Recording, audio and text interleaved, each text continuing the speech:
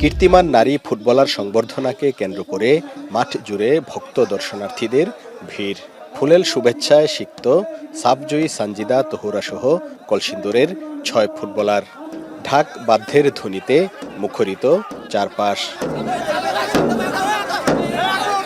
ধোবাউড়া খেলার মাঠে সংবর্ধনা অনুষ্ঠানকে কেন্দ্র করে হাজারো ভক্ত দর্শনার্থীরা সমবেত হন।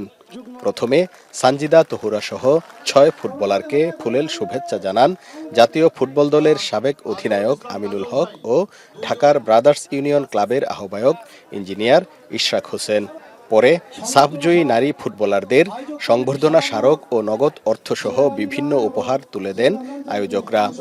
কলসিন্দুর থেকে নারী ফুটবলারদের পরবর্তী প্রজন্মকে তুলে আনতে সবাইকে উদ্যোগ নেয়ার আহ্বান জানান সাফজয়ীরা।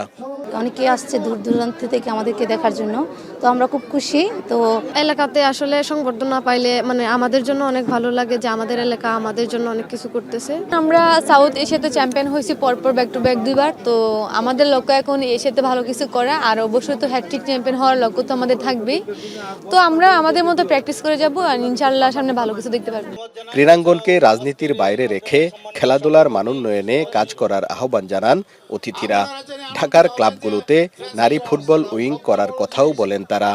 একটা প্রফেশনাল অ্যাথলিটদের যে ধরনের আপনার নিউট্রিশনের প্রয়োজন রয়েছে, ট্রেনিংয়ের প্রয়োজন রয়েছে, ফিজিওথেরাপির প্রয়োজন রয়েছে এবং তাদেরকে পৃষ্ঠপোষকতা করতে হবে। বাংলাদেশের ক্রীড়াঙ্গনে একটি আমূল পরিবর্তন আনবো এবং সেটি হবে বাংলাদেশের এদেশের মানুষের জনগণের যে ক্রীড়াঙ্গন, এবং এই ক্রীড়াঙ্গনের মাধ্যমে আমরা বাংলাদেশে মাদক মুক্ত করব এবং মাদক মুক্ত বাংলাদেশে আমরা ক্রীড়াঙ্গনের মাধ্যমে এদেশের প্রত্যেকটি যুব সমাজকে খেলার মাঠে ধরে আনবো, খেলার মাঠে এনে।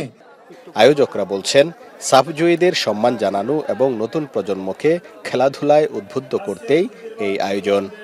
প্রশিক্ষণের যথাযথ অভাব রয়েছে এবং লজিস্টিক সাপোর্টের অভাব রয়েছে, কারণ এখানে যে মেয়েরা আপনার এই ফুটবল খেলে বা খেলোয়াড়, তাদের যে প্রাত্যহিক জীবন, এটা যদি আপনারা দেখেন তাহলে আপনাদের চোখে পানি এসে যাবে। আমরা আশা করব যে বাংলাদেশ ফুটবল ফেডারেশন এবং ময়মনসিংহ জেলা ক্রীড়া সংস্থা তারা এই ব্যাপারে যথাযথ উদ্যোগ নেবে।